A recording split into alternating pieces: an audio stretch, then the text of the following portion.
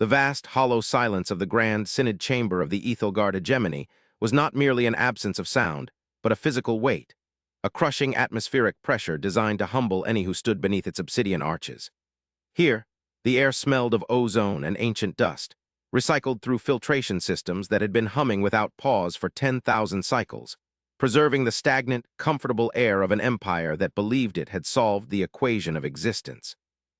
Hierarch Xylas sat upon the dais of whispers, his multifaceted eyes reflecting the dim, bioluminescent glow of the strategic displays that floated in the center of the room like ghosts of a future he intended to control. He was not a creature given to anxiety. His species, the Ethelgard, had transcended biological fear eons ago through genetic dampening. But the tremors in his gripping talons betrayed a physiological rebellion he could not suppress. Beside him, the other members of the Triad, Representative Caliph of the scientific caste and War Master Vorn, remained statuesque, their chitinous armor polished to a mirror sheen, yet their silence was louder than any scream. They were waiting. The entire galaxy, it seemed to Xylas, was holding its breath, waiting for the results of a single, decisive act of treachery that was intended to save the order of the cosmos from the chaotic, accelerating entropy that was humanity. The plan had been simple, elegant, and devastatingly cruel, conceived not out of malice, or so they told themselves, but out of a desperate necessity to prune a garden that was growing too wild, too fast. The transmission should have ceased by now, Caliph whispered, her voice a dry rasp of mandibles clicking against the vocal synthesizer embedded in her throat, the sound echoing softly in the cavernous hall. The recursive logic bomb we implanted in their navigational array was designed to trigger upon their transition into superluminal space. It is a mathematical impossibility for their systems to resolve the paradox. Their central processing cores should have cascaded into thermal failure, collapsing their containment fields. They should be atomized. She stared at the hololith, which currently displayed a sector of space known as the Velara Gap, a meaningless stretch of void that served as the testing ground for the humans' newest flagship, the Perseus. The humans had called it a breakthrough, a vessel designed to integrate neural linking with hyperdrive mechanics, a project they arrogantly titled Mindscape. The Ethelgard saw it differently. They saw it as an existential threat. If humans could navigate the slipstream with thought rather than calculation, their expansion would be instantaneous, unchecked, and infinite. The Ethelgard had ruled for millennia by controlling the hyperlanes, by bottling the lightning of travel and selling it by the drop. The humans were about to smash the bottle. "Patience, Caliph," Vorn rumbled, his voice deep and resonant, vibrating through the floor plates. "The humans are resilient. Their technology is crude, cobbled together from the scraps of a dozen uplifted races, held together by optimism and redundancy. It takes time for a beast to die when it does not know it has been killed. The virus we inserted, the dissonance code, is not merely a software glitches. It targets the interface between the organic mind and the quantum state of the drive. It turns their own neural pathways against the geometry of space. When they attempted the jump, their pilots would have experienced the mental equivalent of a supernova. Madness followed by detonation. It is inevitable." Vorn clenched a fist, the hydraulic servos in his gauntlet whining in protest. He needed this to be true. He had watched the humans rise from their dirtball world to the galactic stage in a blink of cosmic time. They had no respect for the slow, dignified progression of eras. They leaped where others climbed, they broke where others bent, and now they had to be stopped. The hololith flickered. The sensor arrays, positioned light-years away on the perimeter of the testing zone, were feeding telemetry back to the Synod via entanglement comms. For hours, there had been nothing but the background radiation of the universe, the static hiss of creation. But now a ripple moved through the data stream. It was not the jagged spike of an explosion, nor the decaying thermal bloom of a wrecked hull. It was a rhythmic pulse, a heartbeat. Xylas leaned forward, his carapace scraping against the throne. "Analyze," he commanded, his voice betraying the dread pooling in his gut. "Is that a distress beacon? Is it the residual energy of the core breach?" Calith's fingers flew across her console, her movements a blur of practiced efficiency. Her compound eyes widened, the facets shifting color in a display of biological shock. It does not match the signature of a breach, Hierarch. The energy output is stable, harmonized, but frequency is wrong, it is shifting. The telemetry suggests that the mass of the Perseus is fluctuating." She paused, her mandibles trembling. "Correction, the mass is not fluctuating. The location of the mass is fluctuating. The ship is occupying multiple coordinates simultaneously. It is smearing." Smearing, Vorn barked, standing up, his shadow stretching long across the chamber floor. Ships do not smear, Science Minister. They exist or they do not. Explain yourself.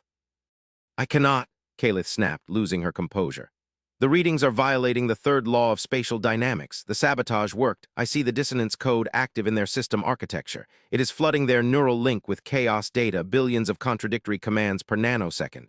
By all rights, their minds should be liquid and their drive should be a black hole. But instead, she gestured wildly at the display.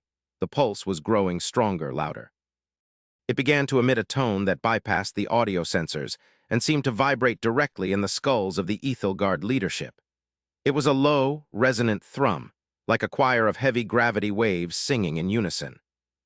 They are not dead, Xylas whispered, the realization cold as void ice. We tried to poison them with chaos and he struggled for the words. They are metabolizing it. The grand doors of the Synod chamber, great slabs of neutronium alloy that had stood sealed for the duration of the crisis, did not open. They did not buckle. They simply ceased to be an obstacle. One moment the doors were there, solid and impenetrable. The next, the space they occupied was filled with a shimmering, translucent fog, a distortion of light and perspective. Through the mist walked a figure. It was human. Small, soft-skinned, lacking the natural armor or weapons of the galaxy's apex predators, yet moving with a terrifying, fluid grace. It was Admiral Vance, the commander of the Perseus. But he was not as they remembered him from the diplomatic summits. His uniform was immaculate, but the edges of his silhouette seemed to bleed into the air around him, trailing faint ribbons of light that faded milliseconds after he moved. He was accompanied by no guards, no weapons, only a floating drone that pulsed with the same rhythmic heartbeat they had seen on the sensors. The guards at the perimeter of the room raised their plasma lances, but Vorn barked a command to hold. There was an energy radiating from the human that suggested violence would be as effective as shooting at a sunset. Vance stopped in the center of the chamber, looking up at the dais of whispers.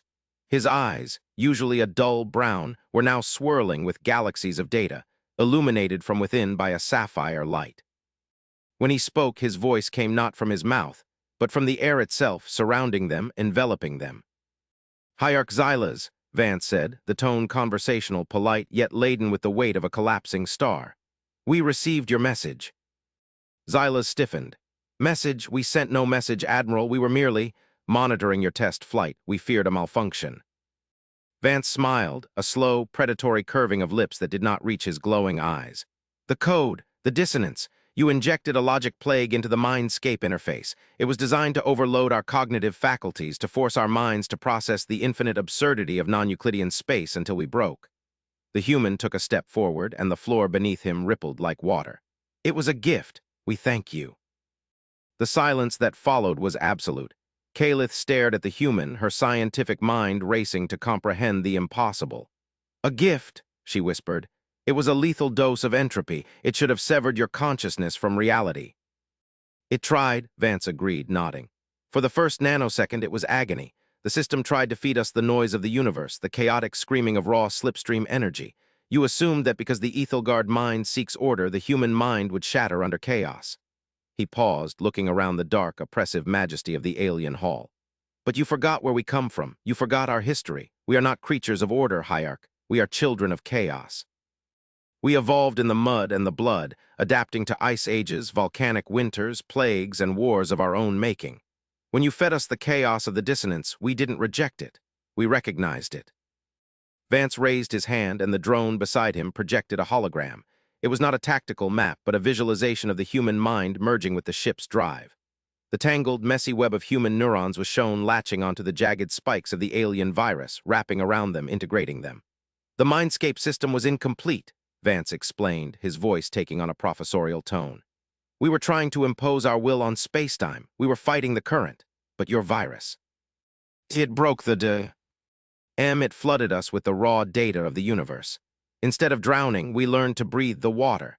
We didn't upgrade the ship, Hierarch. We became the ship. The sabotage removed the safety limits we were too afraid to remove ourselves. Vorn stepped forward, his warrior instincts overriding his caution. This is madness. You speak in riddles. If you have survived, it is a fluke. You stand here alone in the heart of our power. One command, and the fleets of the hegemony will turn your world to glass. Vance looked at Vorn with a pity that was more insulting than any threat. War Master, you are thinking in 3 dimensions. You are thinking in linear time. You believe I traveled here from the Velara Gap, that I flew the Perseus to your homeworld. He shook his head. I am not at your homeworld. I am everywhere. The upgrade you forced upon us allowed us to unshackle our consciousness from a single point in space-time. The Perseus is currently in orbit around Earth. It is also in orbit around your moon. It is also docked at the trade hub of Zentara. We are distributed. The concept struck the triad like a physical blow. By location, omnipresence, it was the realm of theoretical physics of gods, not of upstart primates. Kalith slumped back, her antennae drooping. The dissonance code, she murmured. It forced the brain to process all possibilities simultaneously to find a solution, if the mind survived, if the mind could handle the load. Then the mind becomes a quantum observer capable of collapsing reality at will, Vance finished. We have seen your fleets, Vorn. We have seen your launch codes. We have seen the corruption in your supply lines and the secrets you keep from your own people. We have seen the entirety of your empire in a single glance. Xylas felt the foundations of his authority crumbling. He had authorized the sabotage to maintain the status quo, to keep the humans in their box. Instead, he had handed them the key to the universe. What do you want? Xylas asked, his voice a shadow of its former command. If you are as powerful as you claim, why have you not destroyed us? Why come here to talk? Vance's glowing eyes dimmed slightly, returning to a semblance of humanity. The room seemed to warm up, the crushing pressure alleviating. Because, Vance said softly, when we connected to the slipstream, when we saw the universe through the lens of the dissonance, we saw something else. We looked past your borders, past the petty squabbles of territory and resources. We looked into the deep dark, the spaces between the galaxies. The human's expression hardened, turning grim. You were right to be afraid of the future, Hierarch. But you were afraid of the wrong thing. You were afraid of us. You should have been afraid of what is coming for all of us.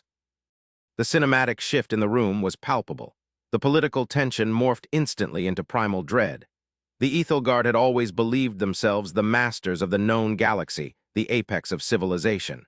The idea that there was something else, something that frightened a species that had just merged with space-time, was terrifying. Show us, Xylas commanded, though it sounded more like a plea. Vance nodded.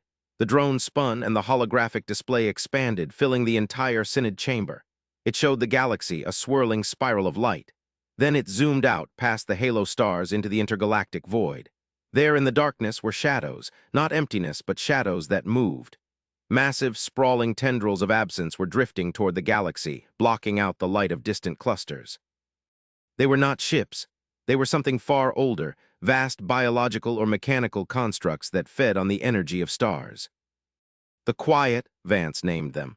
We heard them in the static. Your sabotage boosted our perception range by a factor of 1 billion. We heard their hunger. They have detected the energy signatures of our civilizations. They are coming to harvest. Vance turned back to the Triad. We didn't come here to conquer you. We didn't come to seek revenge for your attempted genocide of our crew. We survived the sabotage because we are adaptable, we anti-fragile. But even we cannot fight that alone. He gestured to the encroaching shadows on the map. You have the fleets, you have the industrial capacity, we have the eyes, we have the navigation, we have the mindscape. The silence returned, but it was different now. It was not the silence of arrogance nor of fear. It was the silence of calculation, of a paradigm shifting under the weight of a new reality. The Ethelgard had spent centuries suppressing humanity, sabotaging their ships, stifling their growth, all to maintain a hierarchy that was now rendered meaningless by the monsters at the gate. Vorn looked at the map, then at his own hands. You offer an alliance after we tried to burn your minds. We don't offer an alliance based on trust, Vance said, his voice steel. We offer an alliance based on survival. The dissonance code taught us that chaos is inevitable. The only way to survive the chaos is to integrate it. We are the chaos, Hierarch. You are the order. Alone, we both die. Together, we might just be loud enough to scare them back. Xylas rose from the dais of whispers. He looked at the human, this small being who flickered in and out of reality, who held the power of a god but spoke with the pragmatism of a soldier. The sabotage had failed, or rather, it had succeeded in the worst possible way for the Ethelgard and the best possible way for the galaxy. They had tried to break the human spirit, and instead they had forged it into a weapon capable of challenging the dark. The fleet is yours to command, Admiral, Xylas said, bowing his head for the first time in 400 years. Teach us to see. Vance nodded, and as he did, the reality around him stabilized. The shimmering fog dissipated. He was just a man again, standing in a room of monsters, but the dynamic had shifted forever. "Let's get to work," Vance said. "We have an upgrade to roll out." The transition from that tense confrontation in the Synod chamber to the operational reality of the Alliance was neither smooth nor swift, despite the existential threat looming on the galactic horizon. The Ethelgard were a species of ritual and bureaucracy, and the shock of the human revelation, as it came to be known, sent tremors through every stratum of their society. The news that their leaders had attempted to sabotage a diplomatic partner caused riots in the lower castes, who had long admired human culture from afar. But the news that humanity had transcended physical limitations caused a different kind of disturbance, a religious one. Cults sprang up on Ethelgard colony worlds, worshipping the ascended ones of Earth. It was a mess, a chaotic swirl of politics and panic that Admiral Vance and his upgraded crew had to navigate with the same precision they used to navigate the slipstream. Deep in the orbital shipyards of Ethel Prime, the integration began. The Perseus, now permanently altered by its fusion with the dissonance code and the human pilots, sat at the center of a massive drydock web. It didn't look like a ship anymore. It looked like a tear in the fabric of space, caught in a cage of titanium and light. Its hull shifted constantly, geometries flowing like liquid mercury, reflecting star patterns that didn't exist in the local sky. Around it, hundreds of Ethelgard engineers and human scientists worked in a frenzied ballet of cooperation. Captain Alina Rostova, formerly the comms officer of the Perseus and now something more, floated in the zero-gravity center of the integration hub. She didn't need a suit. The localized field generated by her own neural interface kept the vacuum at bay. She was watching a team of Ethelgard technicians attempt to install a new emitter array onto a cruiser. They were clumsy, their movements dictated by manuals written 1,000 years ago. "No," Elena's voice projected directly into the minds of the technicians, startling them. "You're trying to force the coupling. The metal wants to yield, but you're fighting the grain of the molecular lattice. Feel the stress points. Don't measure them, feel them." The lead technician, a grizzled Ethelgard named Hearth, looked up at the floating human. "We cannot feel titanium, Captain. It is inert matter." "Nothing is inert," Alina replied, descending gracefully to hover beside him. She placed a hand on the massive bulkhead of the cruiser. "Since the upgrade, we perceive the vibration of atoms. The sabotage your High Council planted unlocked the filters in our brains. We don't just see the surface, we see the song. Listen." She extended her interface, a tendril of blue light connecting to the technician's suit. Hearth gasped as his sensory input was flooded. Suddenly, the dead metal of the ship wasn't cold and silent. It was humming. He could sense the microscopic flaws, the fatigue in the alloy, the potential for failure before it happened. It was overwhelming, terrifying, and beautiful. "This is how you see the world now," Hearth stammered, disconnecting the link, his breathing rapid.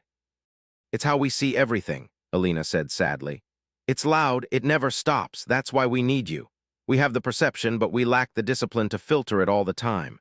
Your technology, your dampeners, your structural perfectionism, we need that stability. We are the raw signal, you are the shielding." This became the ethos of the new fleet. The humans provided the navigational instinct, the chaotic ability to predict the unpredictable, and the terrifying power of the mindscape drive. The Ethelgard provided the armor, the weapons, and the industrial might to build a wall against the night.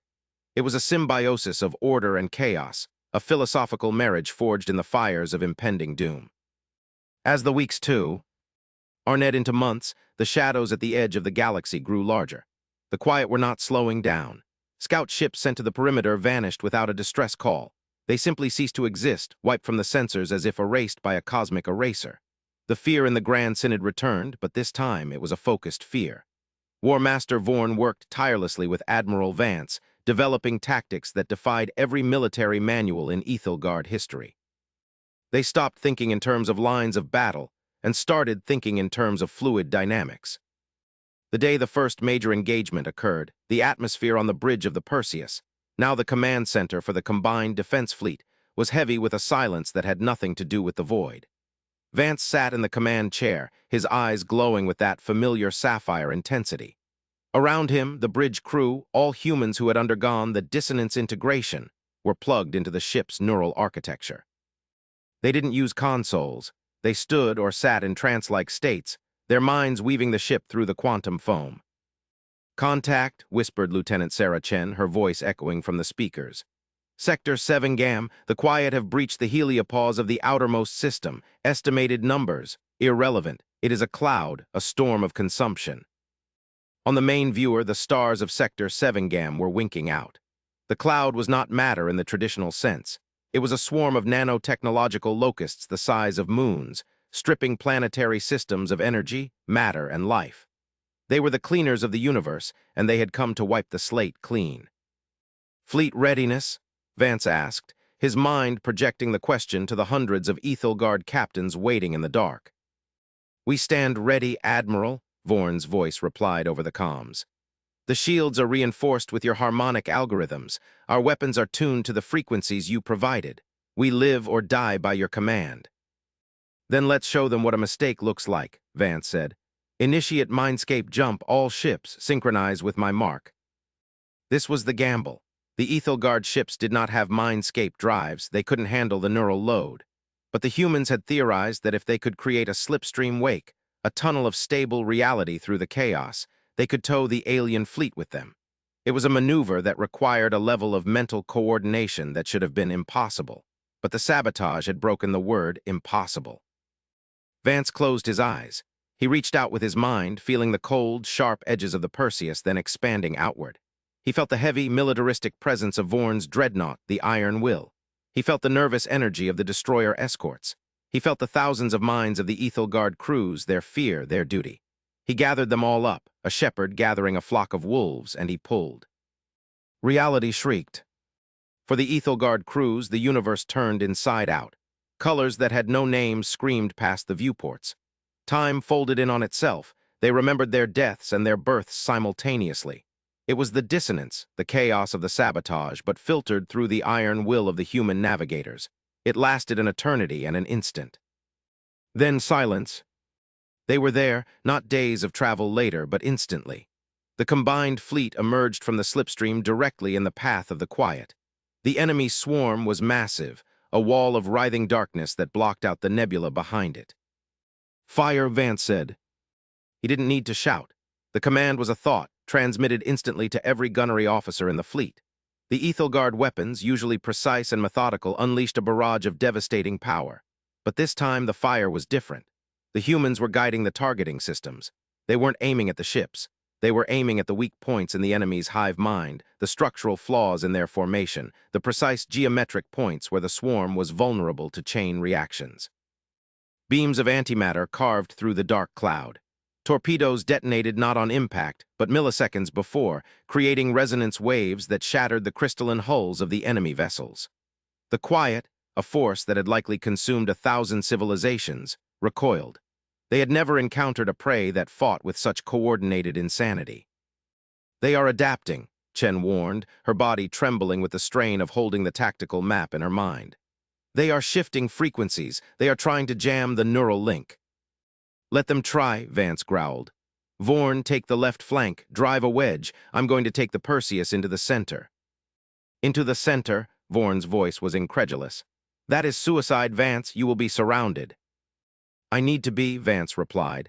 "The dissonance code, it's not just a virus, it's a key. I realized it during the jump. The code Y." "Oh, found the one you weaponized. You didn't write it, did you, Hierarch?" He directed the question back to the Synod, who were listening in via the entangled link. There was a pause. Xylaz's voice came through, sounding old and weary. "No, we found it in the ruins of a precursor vault. We thought it was a weapon. We did not understand it." "It's not a weapon," Vance said, as the Perseus accelerated toward the maw of the enemy swarm. "It's a communication protocol. It's the language of the enemy. You tried to infect us with their own language to drive us mad. Instead, you taught us how to talk to them." The Perseus dove into the cloud. The darkness swallowed it. On the sensors of the Ethelgard fleet, the human flagship was gone. Panic began to rise. Without the humans, the fleet was blind. The firing solutions became sluggish. The coordination faltered. Inside the cloud, it was a storm of silence. The Perseus was buffeted by waves of psychic pressure.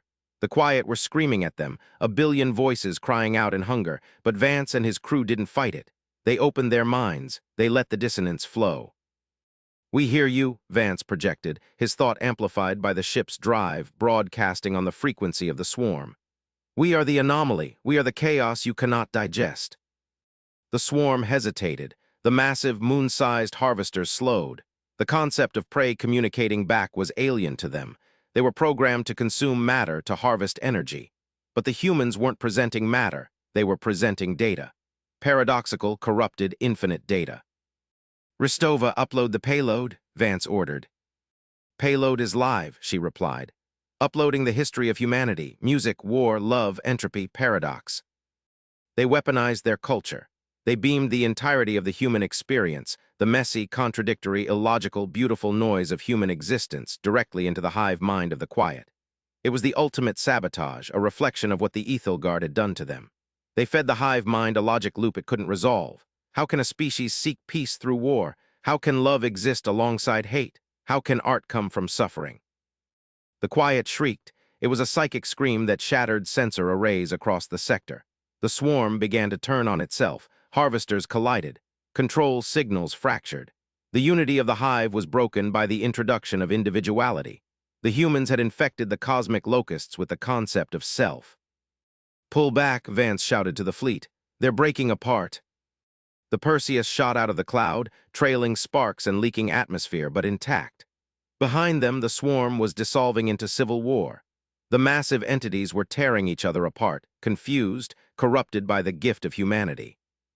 In the aftermath, the silence of the void returned, but it was a different kind of silence. It was the silence of a graveyard, but also of a garden. The threat was not gone, the quiet were vast, and this was but a tendril, but they had been stopped. They had been taught fear. Admiral Vance stood on the bridge, wiping blood from his nose. The strain had nearly killed him. He looked at the screen, where the Ethelgard fleet was forming a protective cordon around his ship.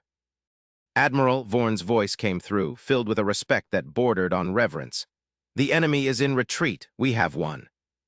"For now," Vance said, "but we bought time, and we taught you something, didn't we?" "Yes," Vorn replied. "That order is fragile." "And chaos?" Vance asked. "Chaos," the alien war master rumbled, "is antifragile. It grows stronger when harmed." The months that followed the Battle of Sector Sevengam saw a transformation of the galaxy that no political theorist could have predicted. The Ethelgard hegemony, once a rigid hierarchy of castes and unshakable traditions, began to thaw. The integration of human crews onto Ethelgard ships became standard practice. The Mindscape drive was retrofitted onto the larger capital ships, with human navigators serving as the pilots. But it went deeper than technology. Humans, with their upgraded perception, became the artists, the philosophers, and the explorers of the new alliance. They could see the fault lines in society just as easily as they could see the stress fractures in a hull. They became the conscience of the empire. In the Grand Synod chamber, Hierarch Xylas sat with Admiral Vance. The room was no longer dark and oppressive. Holographic windows displayed the vibrant activity of the capital city below, where humans and aliens walked side by side. "We tried to destroy you," Xylas said, looking at his hands. "I still wake up in the night, terrified by the thought of what we almost did. We sabotaged your ship. We meant to murder your future." "You did," Vance said, sipping a cup of synthetic tea. "You murdered the future where we were just another species struggling to get by. You forced us to evolve. You push. Ed us off the cliff, Xylas. You just didn't expect us to learn how to fly before we hit the bottom." "Do you really believe," Xylas asked, his voice low, "that the quiet will return?"